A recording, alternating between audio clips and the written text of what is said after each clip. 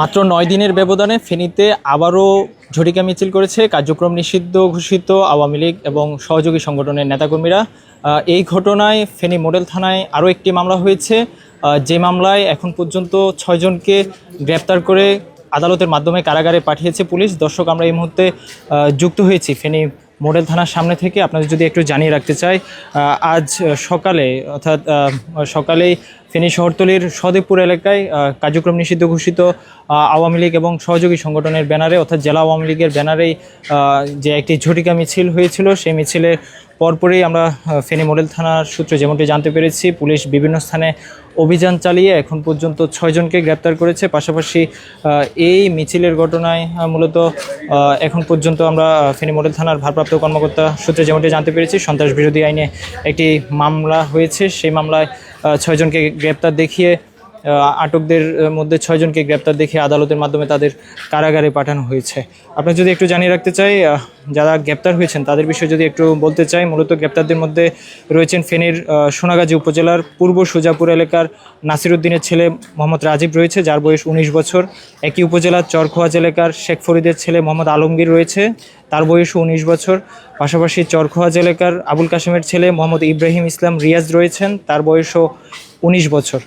এছাড়া লক্ষ্মীপুরের রামগতি উপজেলার দক্ষিণ তুমচর এলাকার মোহাম্মদ মোস্তফার ছেলে মোহাম্মদ জোয়েল ইসলাম রয়েছে, যার বয়স ২০ বছর। পাশাপাশি তিনি বর্তমানে সোনাগাজী উপজেলার সুজাপুর বেড়িবাদ এলাকায় ভাড়াটিয়া হিসাবে বসবাস করছেন বলেও পুলিশ সূত্র নিশ্চিত করেছে।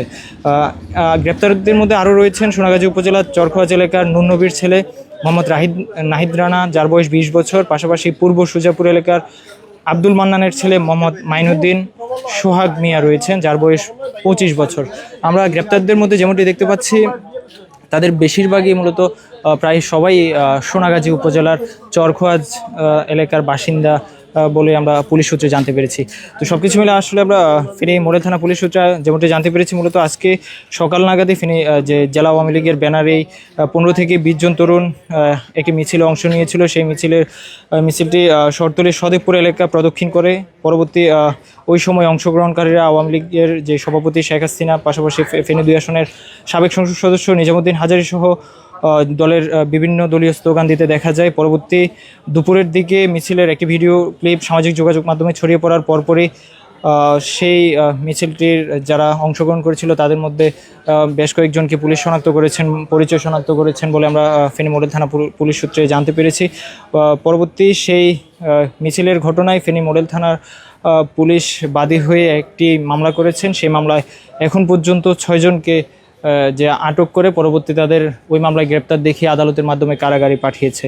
এর আগে আমরা যেমনটি দেখেছিলাম, গত ১৭ই জুন শহরের স্টেশন রোড এলাকায়ও আওয়ামী লীগ আরও একটি যে সহযোগী সংগঠনের নেতাকর্মীরা ফেনী শহরের অর্থাৎ যে জেলা আওয়ামী লীগের কার্যালয় রয়েছে, যেটি বর্তমানে পরিত্যক্ত অবস্থায় রয়েছে, সেই কার্যালয়ে স্টেশন রোড এলাকায় আরও একটি ঝটিকা মিছিল করেছিল। সেই মিছিলের ঘটনায় পুলিশ বাদী হয়ে ফেনী মডেল থানায় আরও একটি মামলা করেছিল, যে মামলায় আমরা দেখেছিলাম ১০ জনের নাম উল্লেখ করা হয়েছিল, পাশাপাশি ২৫ থেকে ৩০ জনকে অজ্ঞাত আসামি করা হয়েছিল।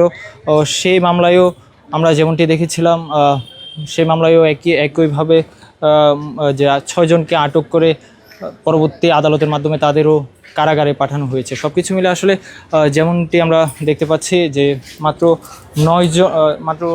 ৯ দিনের ব্যবধানে